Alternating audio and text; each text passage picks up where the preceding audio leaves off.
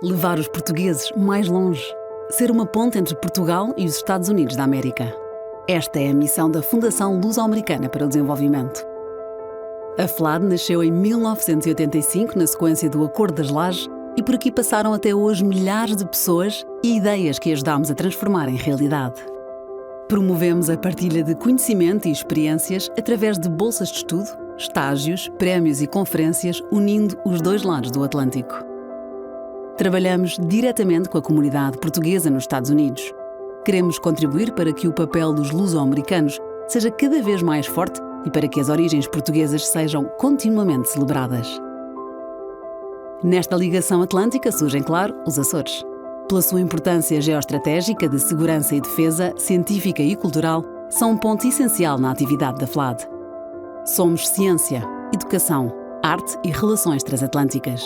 Há 36 anos a contribuir para o desenvolvimento de Portugal e dos portugueses.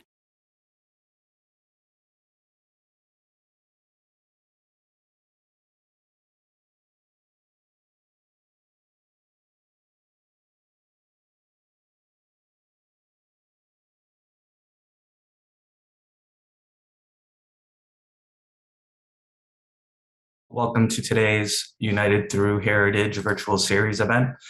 Today we are going to speaking on the STARtalk program.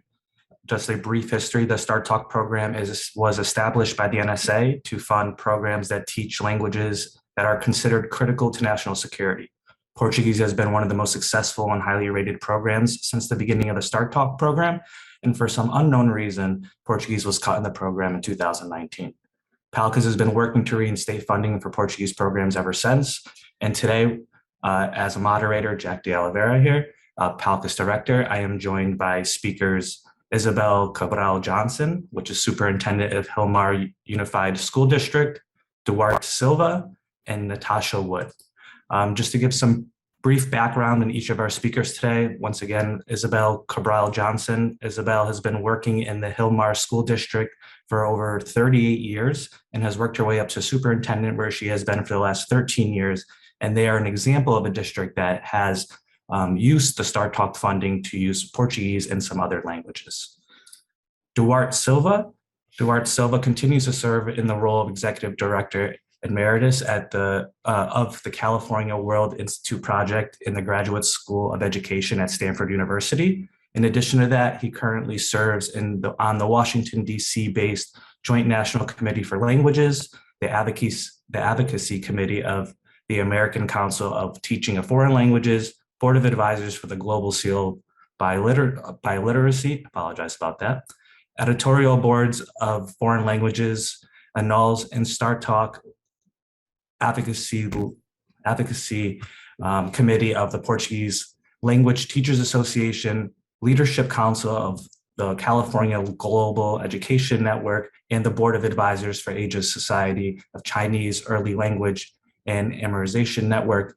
And last but not least, we have Natasha Wood. She's a legislative staffer with Congressman Costa's office. Congressman Costa's office has been a leader in the Congress of helping us here with PALCUS and in addition to STARtalk. So Natasha will bring the perspective of the office to us today. So just to start off, we'll start off with a brief history of STARtalk, and we're going to shift over to Duarte for that. So Duarte, if you'd like to take over.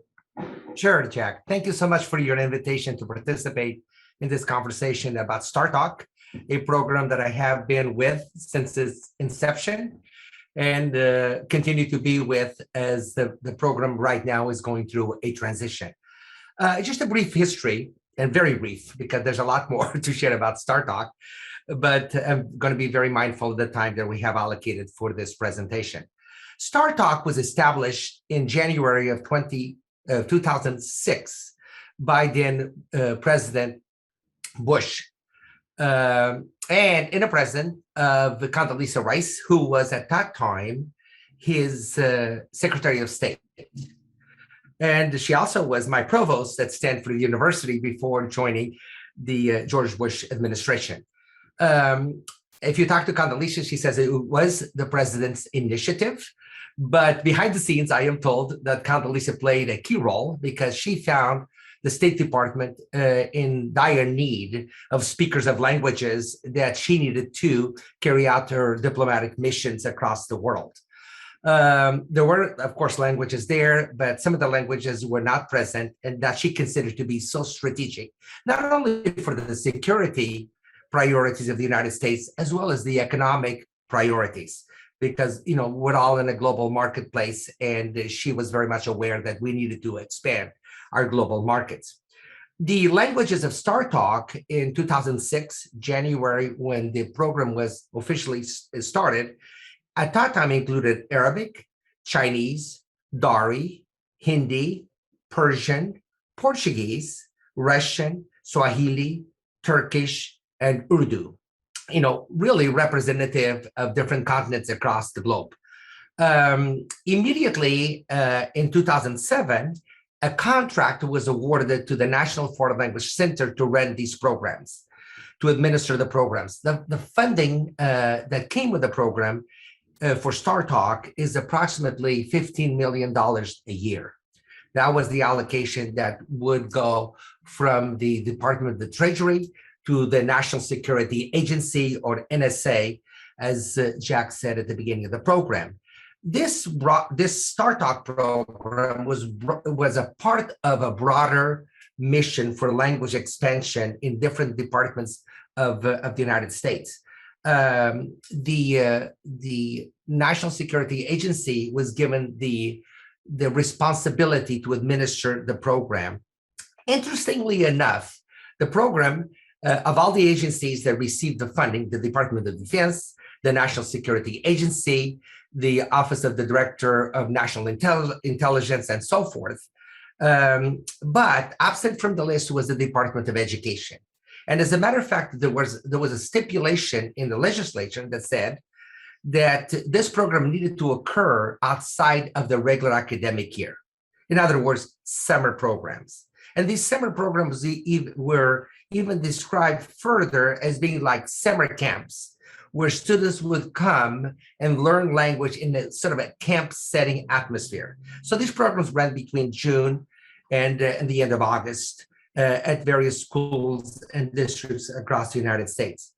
The program had three main goals: increase the number of Americans who would speak the languages that I mentioned before. Also, the program had a component to help teachers to develop the skills needed to teach these languages.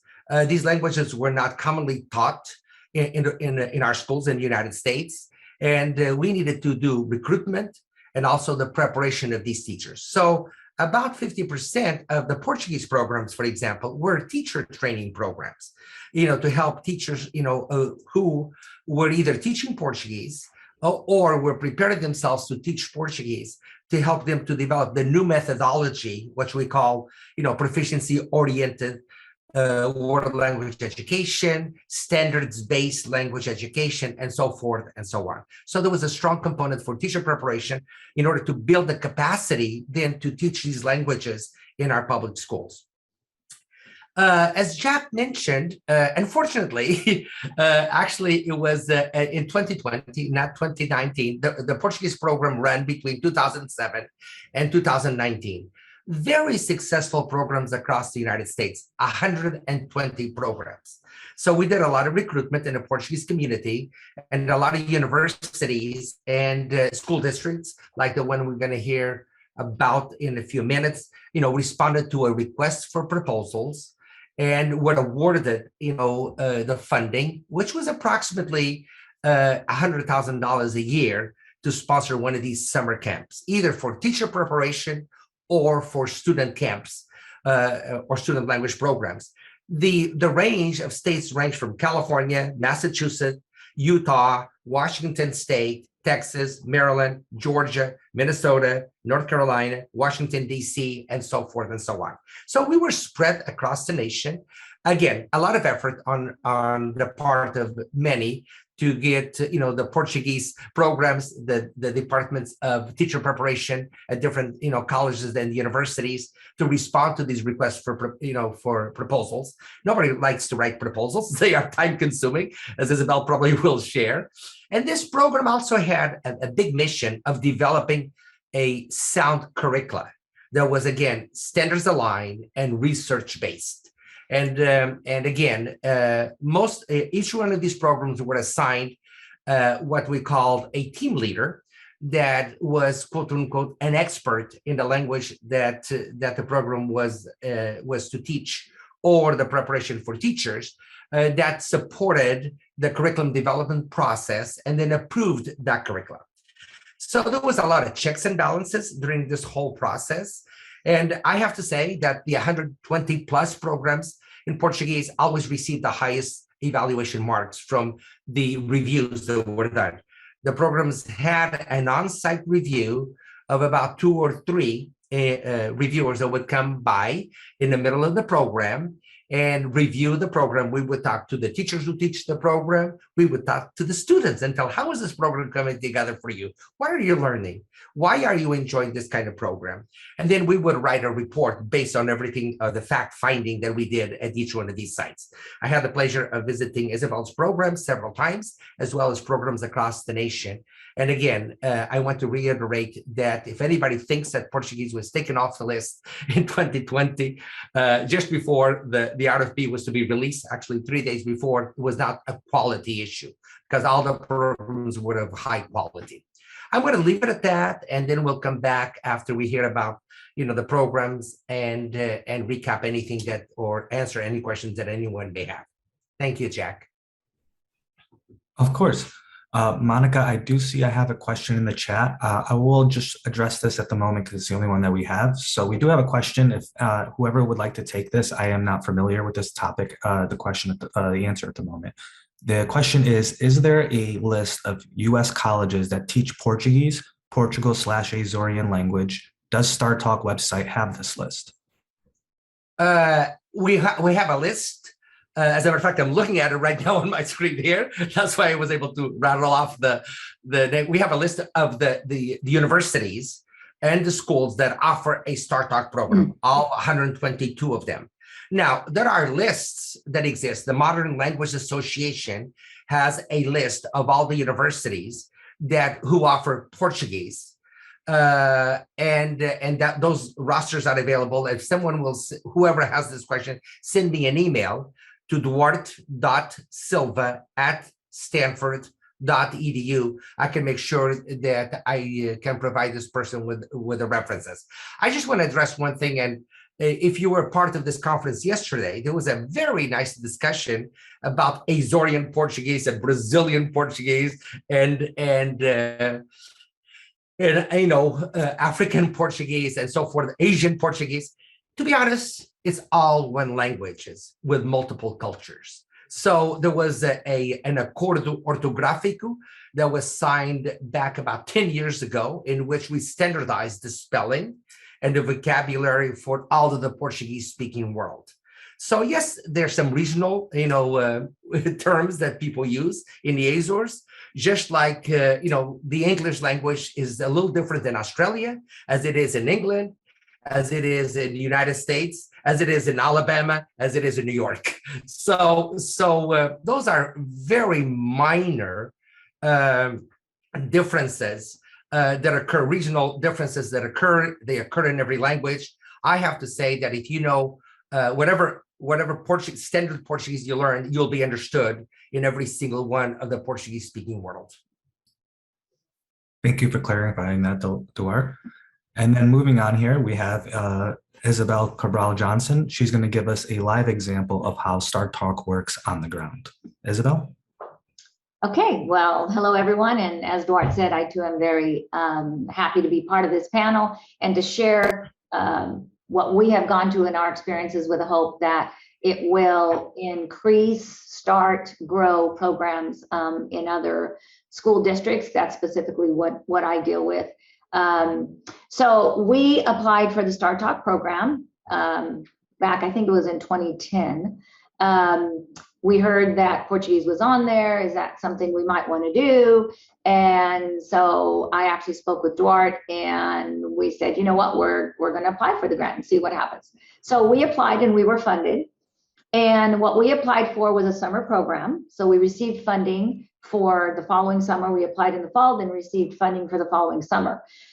We applied for what was called a combination program. So it was a teacher training program and a student learning program. So there was two parts to our proposal. One was, the goal was to work with teachers who were either who had Portuguese language skills, with the hopes that they would become Portuguese language teachers, or teachers who were actually teaching maybe a period in a middle school or high school and needed a little bit more understanding of the language and how to teach the language. So that was our focus for the teachers. And then for the students, of course, it was to teach the Portuguese language and culture. And so, you know, as Duarte talked about earlier, there was really no curriculum. So we had to develop the curriculum. There were certainly standards that we were looking at and developing the program based on that. So we began the program. We had approximately, I'd say about 100 students. The first year, we actually had a waiting list. Every year we've had a waiting list.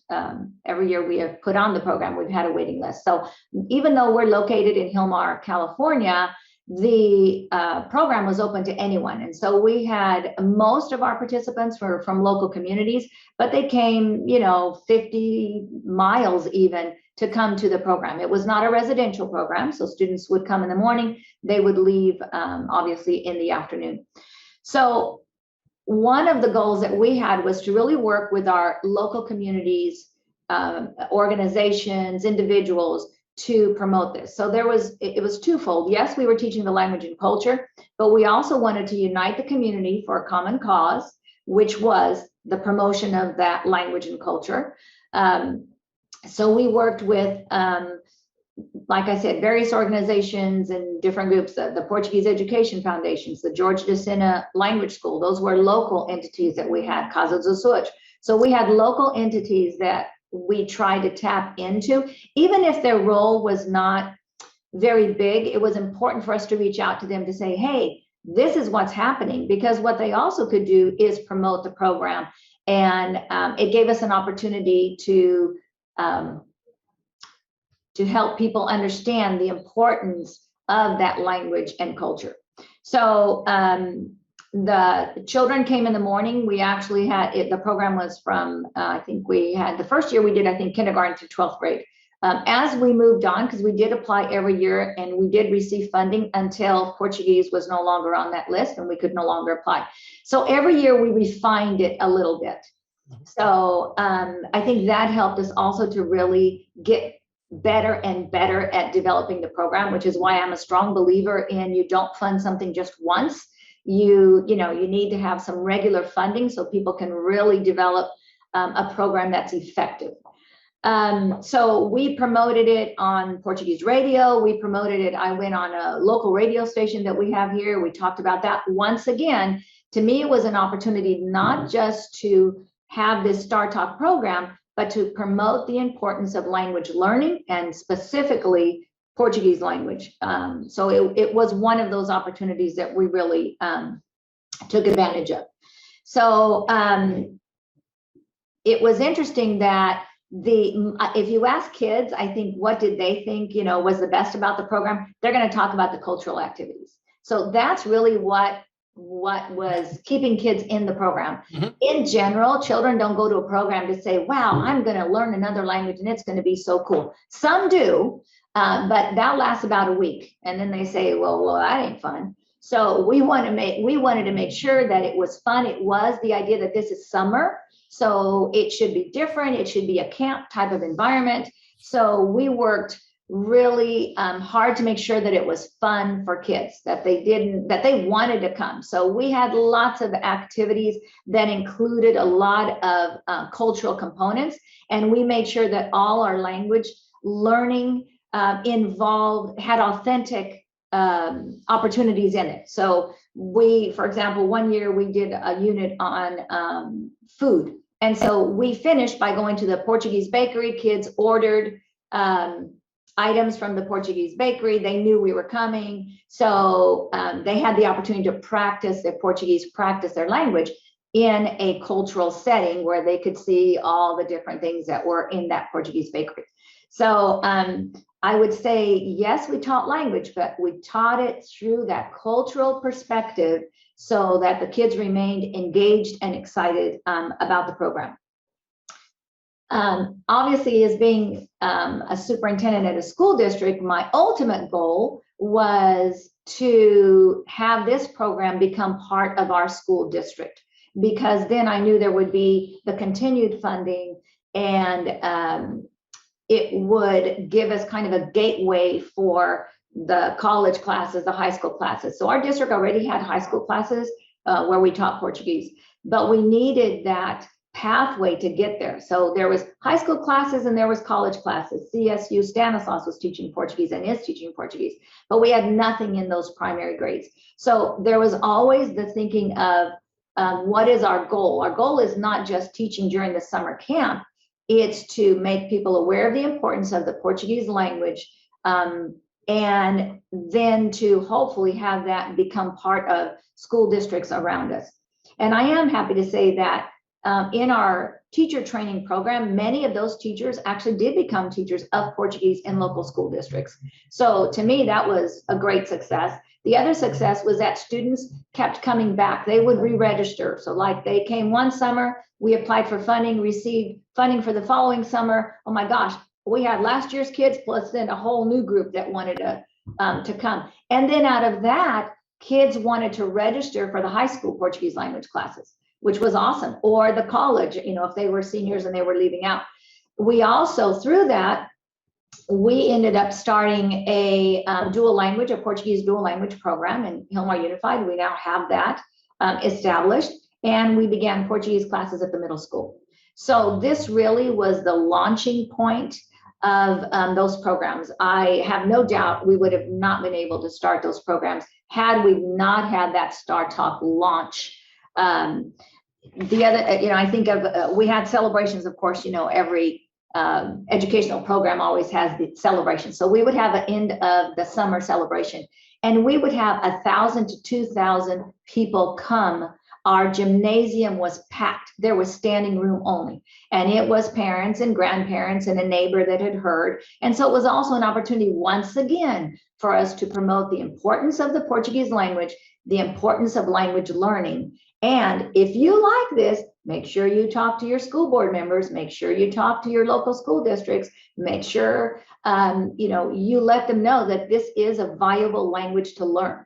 And so that gave us, you know, that PR opportunity. So I think that it is, I mean, in a nutshell, obviously, what the program is about, or was for us. Thank you, Isabel. I think one of the biggest aspects you said is the impact it had on students throughout their time in the school district. So not only was it a one-time thing, it was something that they wanted to carry on for them and continue out their whole time in your school district. May I ask if you could kind of just briefly touch upon, you said some people sometimes travel 50 miles from outside of district. Could you talk about the cultural aspect it had not only in the community, but outside of the community, right in the surrounding towns? Well, I think there was a couple of things. We did try to participate in Portuguese type of activities outside of our community. So for example, during the summer, there's a little town, Hopeton, that puts on a Portuguese festa. So we took our kids, which a majority, I didn't mention earlier, a majority of the kids in our program were not Portuguese kids. They were, you know, we had Hispanic students and they were just general population students. So one of the things we did is we went to Hopeton and participated in their festa, and they welcomed us. So that did, as an example, that did two things. One, it provided the cultural aspect for our students. So they were able to see, oh, this is what a festa is about, and this is what happens. The other thing it did that was really interesting, it was like this rejuvenating experience for those that were participating, who were putting on the festa, because what they saw was these young kids, anywhere from 5 to 16 years of age, interested in what they were doing.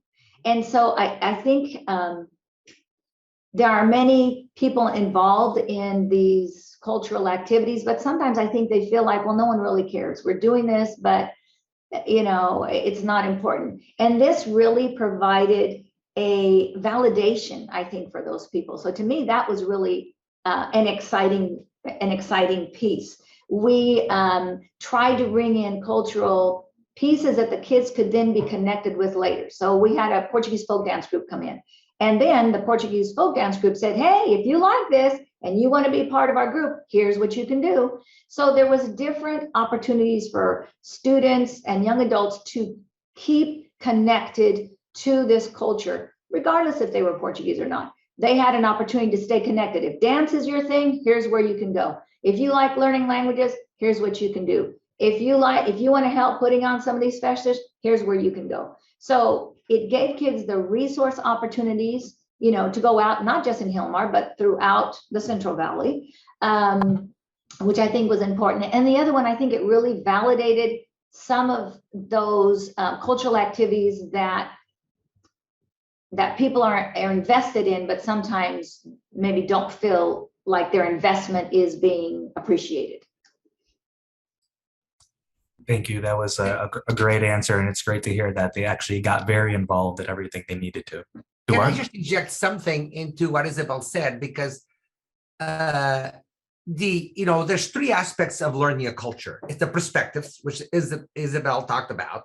It's the practices, and it's the products. And this program really engaged the students in gaining the perspective of a particular component of culture, engage them in the practice and the behaviors. When you go to a festa, when you go to a bloodless bullfight, which you actually took one of our participants to, and he talked about it for months. Okay, every time we had a STARtalk meeting, you always would talk, about being engaged in that practice and changing his perspective about bullfights and how it brought the community together. And the students produce awesome products of that particular culture. Your teachers prepared them beforehand.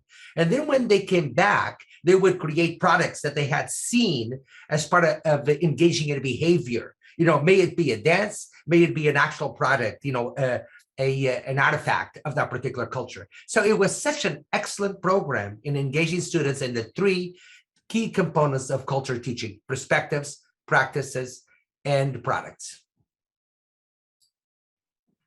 Thank you for that addition. And then just following up, last question, were the teachers specifically just Portuguese teachers, or were a lot of them dual certified in Portuguese and Spanish? Because I do know Spanish is a larger language throughout the country, and I would like some other people that are maybe listening to see how we can dual certify. It would be the best term.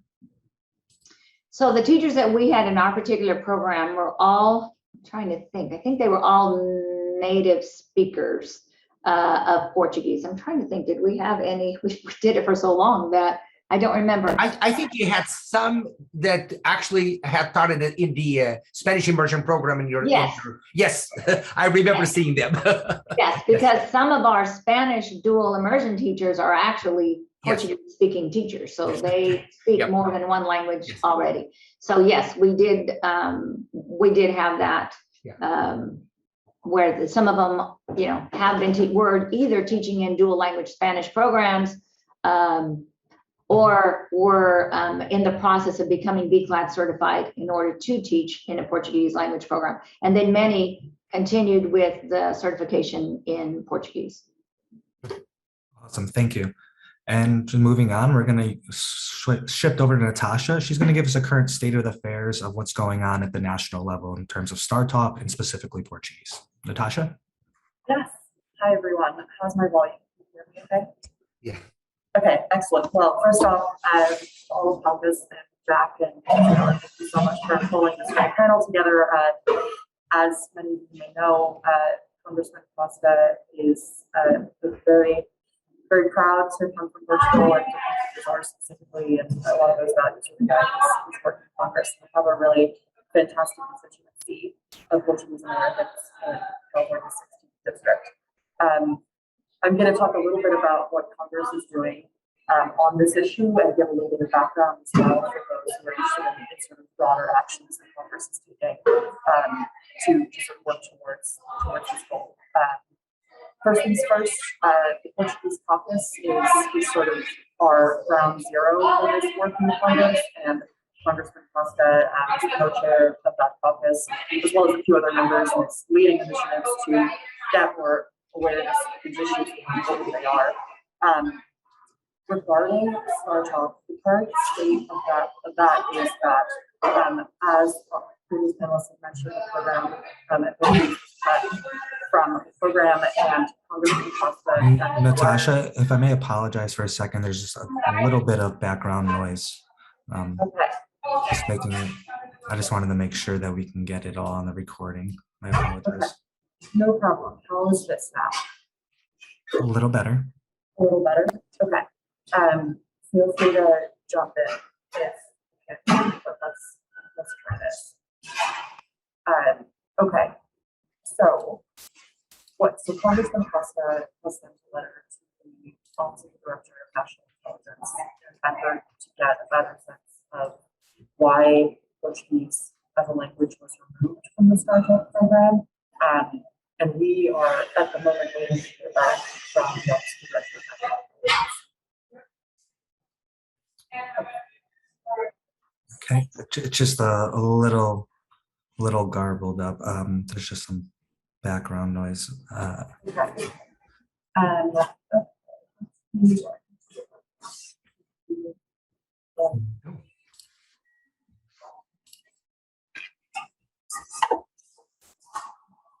Go ahead, try. Yeah.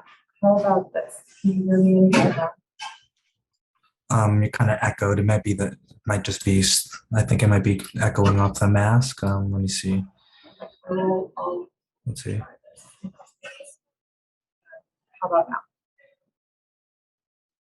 Can you speak one more time? Yeah. How's my audio now?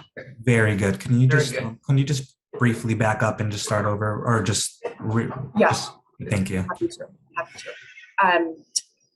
So let's see. I think so. Backtracking a little bit, ground zero for this work in Congress is the Portuguese Caucus, which my boss is very closely, Congressman Costa is very closely involved with, and the current status of the STARtalk situation is that Congressman Costa led a letter to the Office of the Director of National Intelligence to get a sense, to really get answers on why the language was cut from the STARtalk program. And we are in touch with that team and waiting to hear back on definitive next steps. And I'm going to wait just to talk more about next steps until later in our program, but happy to jump more into that. I think one thing that's also important to consider as we look at how vital Portuguese is as part of the STARtalk program is sort of a two-factor consideration. And our understanding is that languages that are part of the STARtalk program either have a critical security component or a critical economic component. And there is a bill at the moment which Congress is considering called the Amigos Act, otherwise known as the Advancing Mutual Interests and Growing Our Success Act. And this bill would grant Portuguese citizens eligibility for E1 and E2 visas, which would basically allow individuals to enter the U.S. and conduct substantial trade or invest substantial capital, respectively, and really strengthen U.S. Portuguese economic ties and provide really excellent opportunities there. So, and that bill passed with really fantastic bipartisan bicameral support in June of this year. So as we look at the potential of that bill, and we look at the STARtalk program, I think there's a real important case to be made for how vital Portuguese is from an economic standpoint. The other thing I just want to briefly mention is that June is Portuguese Heritage Month, and the Congressman Costa this year introduced a resolution to formally recognizing June as Portuguese Heritage Month, and a lot of progress was made on the Amigos Act and also on STARtalk earlier in this summer. But that's not enough, right? I mean, it's really critical that we make progress on this issue all year round. And so, I'm happy to wait till later in the program to talk kind of about what we can do next. But we're just really trying to refocus attention on how vital Portuguese is as part of the STARtalk movement right now. Perfect. I appreciate that, Natasha. And we will very quickly get to what's going forward, and we can get on that. I just want to talk a couple minutes about what PALCUS's involvement is currently and kind of what we've been doing with STARtalk. So as we see here, this is one of the biggest things we want to do is just advocate people on the program. So let people fully understand what the program is, where it has come, and unfortunately where it is at the moment, and what we can do to get it back on track. As Duarte, Isabel, and Natasha have all said, this program has been not only vital for Portuguese, but has been vital for the program itself, STARtalk. We have had high ratings, we have had very effective programs, and it has culturally made an impact beyond the Portuguese community, which I think was the gist of the program. So PALCUS is really just bringing these initiatives to light, the advocacy to light, and letting people understand STARtalk is a very big program for the Portuguese community, and it's something that PALCUS continues to fight for every day with the Friends of Portugal in the Senate, the Portuguese Caucus in the House, and with community leaders such as Duarte and Isabel, who are on the ground working on this every day. Someone like Duarte helped establish the program. We're trying to reach all angles that we could to see what we can do to bring Portuguese back. And if we unfortunately can't get Portuguese all the way back in STARtalk, what are all the alternatives that we have available to us? So speaking on those alternatives, that's kind of where we're going to segue into now. So it's going to just be an open forum here where we're going to get kind of talking from all three. I would just like to start kind of with Duarte and Isabel maybe, and just ask what we think the best way going forward that Portuguese is not current language. If you guys would like to start, go ahead. I'll be more than happy to do so. And one thing you said that to highlight how important this is for the Portuguese community. But I am hoping that at the same time we do that, we highlight how important this program, Portuguese, is to the national interest of the United States, not only commercially and economically and for security reasons and so forth. There's a vast region of Africa that we don't know very much about. The United States is not very well prepared to deal with any conflict that may arise in any parts of the world. So I really think that our argument needs to be centered, yes, what it can do for the Portuguese community, but perhaps even before that, to get the program reestablished, is what Portuguese can do for the United States. And I think we can come up with some very interesting and compelling, bullet points to make the arguments that hopefully Natasha's, boss can carry forward for us, or we can help, support and make these cases for, why Portuguese is a critical language for the interests of the United States. And then what it can do for the Portuguese community, because it did a lot, as Isabel so elegantly pointed out, it did a lot for the community. It was a unifier for the community across the Central Valley in California. And I think it can do that across the nation if we are allowed to go forward with, 120 programs or more in the future. Yeah, I think I just absolutely want to echo what Duarte said. I think a couple of things, and I do agree. Although I am my life has been in education and specifically, K-12 student education. I do think one of the very, very important things at STARtalk is that preparing the U.S. for world issues and U.S. security. And it's not just what are we dealing with now, but it's are we prepared for what's coming in the future? So I think that is real important for us. When you think of the Portuguese language, Brazil, Africa, Asia, it's not just in the little country of Portugal or, what some of Central Valley people think in the little, islands of the Azores. No, this is well beyond.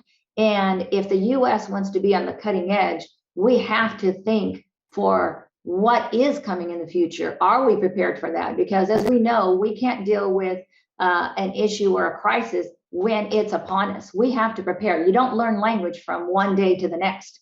So language learning requires years. So it does require that forward thinking, the thinking of, what will the US need to stay competitive, to, be the strong economy, to be the world leaders that it has been. It's got to prepare now for what's coming in 10 or 20 years. So I think that's crucial, especially speaking from a public school. When I have a kindergartner and I'm, which we had a program after school, actually it was during school with our kindergartners for an hour a day, they were learning a different language, and Portuguese was one of those languages.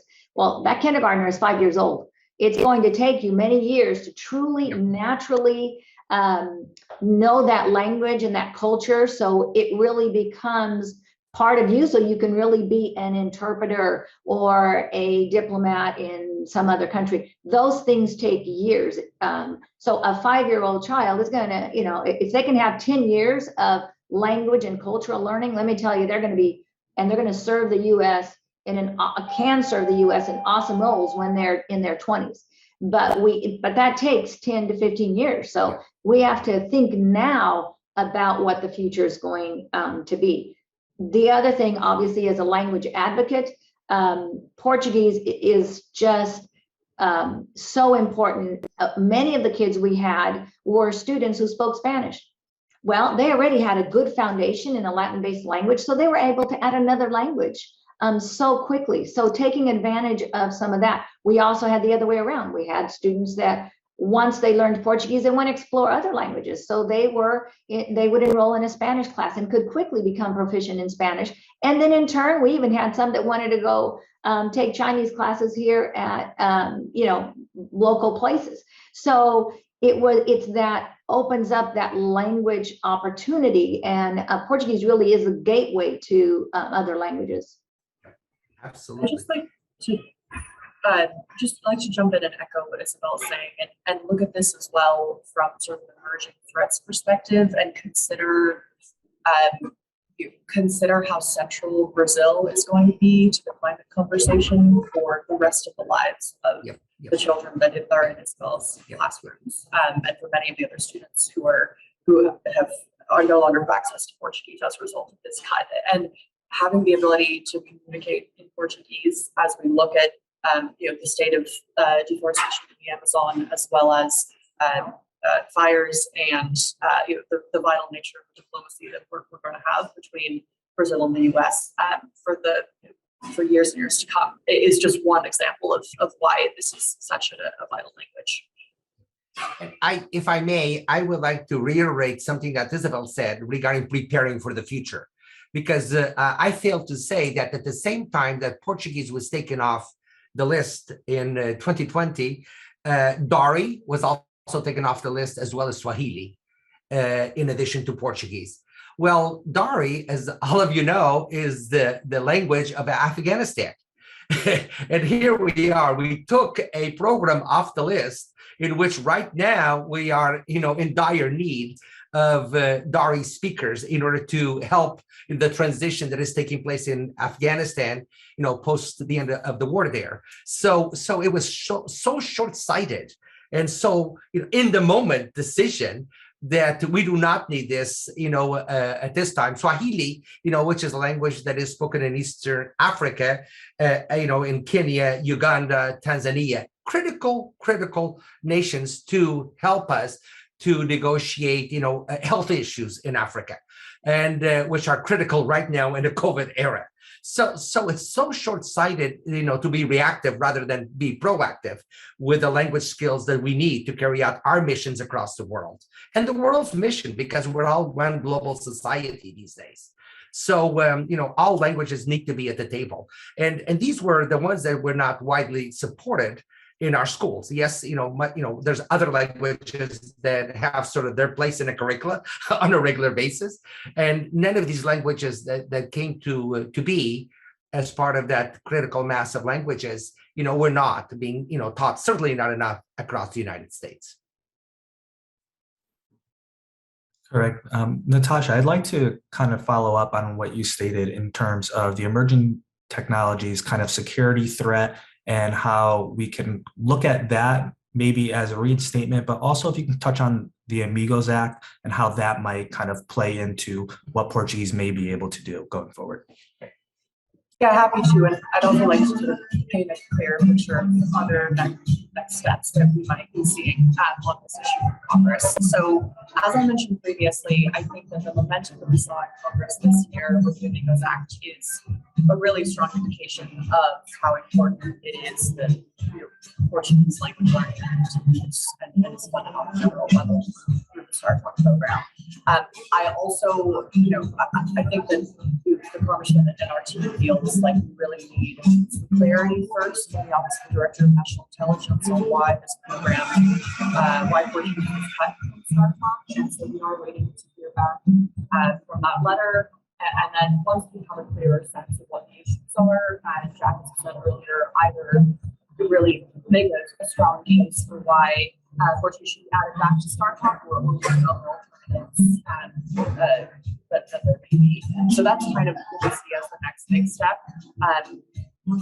Something else that we're excited about is, and this is all thanks to Forte, but the Congressman is looking really closely at joining a caucus called the American Languages Caucus, which is a collection of members of Congress really concerned about the importance of language learning and how vital that is from everything from an economic to security to an education standpoint.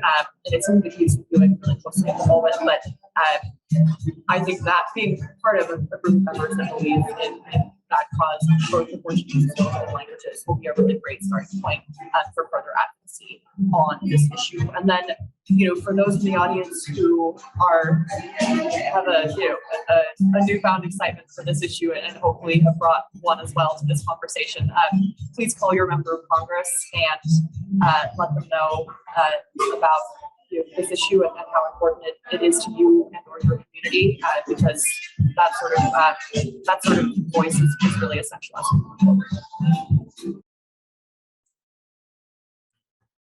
Thank you. And I think you bring up a good point with the American Languages Caucus and how that is now a new growing caucus. And it is something that I know PALCUS will continue to probably reach out to members and look to keep Portuguese as one of the languages that they keep on their list and in consideration, because that would gladly and most importantly be something that we have to pay attention to. At the moment, I have no other questions. Is there anything that we'd like to talk about? I know there's a lot about STARtalk that we can add on here for the next couple of minutes. So please feel free to just add what we feel is most important. I was going to say that because this is sort of a policy-oriented session here, when we were, the STARtalk was going on in California, not only in Hillmar, but also in a couple of teacher preparation programs, one being at Stanford, some at UCLA, some in San Diego, had both a student and a teacher program. The certification, the credentialing of these teachers came about. How we're going to be, because there's not enough universities offering majors in Portuguese, and usually it takes a major in Portuguese in order to be able to become a certified teacher. So we took it on a policy arena, and I am very pleased to say that we got Portuguese as being credentialed via an examination. We developed an exam called a CSET, a piece of that exam, in which any teacher who has a credential already in Spanish or French or mathematics, for that matter, or English language arts, can take this test, called the California Subject Examination for Teachers, CSET, takes that portion of the test. It just happens to be administered at Stanislaus State, that is right next to Isabel's school district. And we created that test, and I worked on a policy side and got it through the policy arena, through the legislature and into the credentialing commission through the state of California. So that was a very important step that we needed to take in order for our teachers to be credentialed, because districts in California get penalized if they have teachers who are not teaching in their assigned credentialed area. And we did not want to create a risk for the school districts. So on that policy arena, we were able to navigate the legislative, twists and turns that I'm sure Natasha understands how difficult that is. But we got it through, and it's now, rather, I don't want to say easy, but simply there's a process established for teachers to add Portuguese to their existing credential, or become, credential for the first time in Portuguese. And I think several of Isabel's teachers became credential by this process. Yeah, and I just want to add, because once again, being in public education, I cannot stress enough the importance of language learning and learning about cultures, because in my role is to prepare students for society. So, and for the world, so it really, that language and culture opportunity is an amazing opportunity for us to help build and create better world citizens. And as we see, unfortunately, there's a bit of a myopic view right now definitely in the US. And so that whole, it opens up worlds. It truly does. I know that's a cliche, but it opens up worlds when children learn languages, and especially at an early age when a lot of stereotypes have not been formed yet. So it's their opportunity to see the world, and not just the little town of Hilmar that they live in. So and that was one of our selling points, is when I prepare, when I'm working with teachers here to prepare students, I'm not preparing them for the community of Hilmar. I'm preparing them for the world, because that's what I want them to have the opportunity to participate in once they leave here.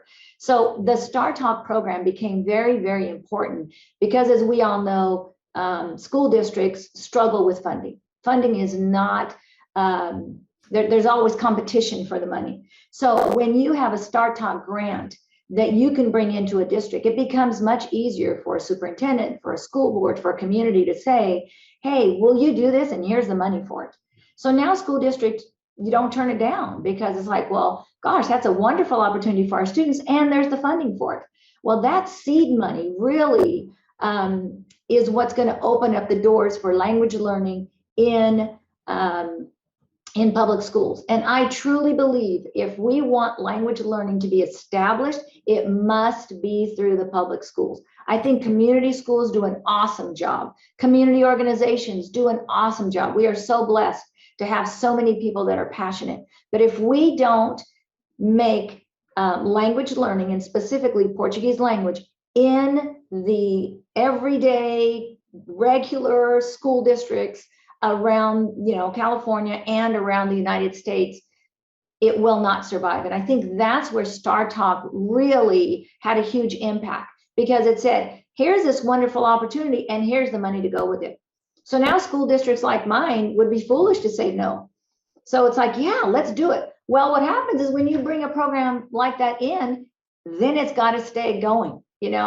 It's like, well, the STARtalk funding is gone, but oh my gosh, we've created a monster, a wonderful monster. So now let's find a way to fund it. So now it can take the priority. So I think really looking at the importance of STARtalk and what it does for language learning throughout the public schools, to me, is the thing that I really want to impress upon people, is that is a huge, huge factor in where language will go. And we all know then that language leads to better security in the United States, better economics, all that kind of stuff.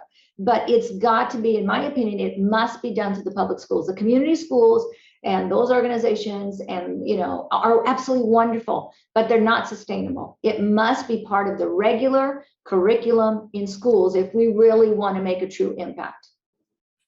I could not agree more with you, Isabel. And I really want to drive a point home of what languages can do for you. And here's Jack, here's the slogan for PALCUS from now on. I think we hear a lot about college readiness. We hear a lot about career readiness. Well, Portuguese gets you college ready, career ready, and world ready. So all the threes there. So I think we need to adopt this, how Portuguese adds that value added dimension to whatever career or whatever academic major you are pursuing. So it is college ready, it is career ready, And it is world ready that Portuguese can get you to, as Isabel said, I am preparing students for a global society. And that, once again, just the importance of that STARtalk funding. It is crucial when you come to a school district to say, here's a lovely opportunity and here's the funding that goes with it.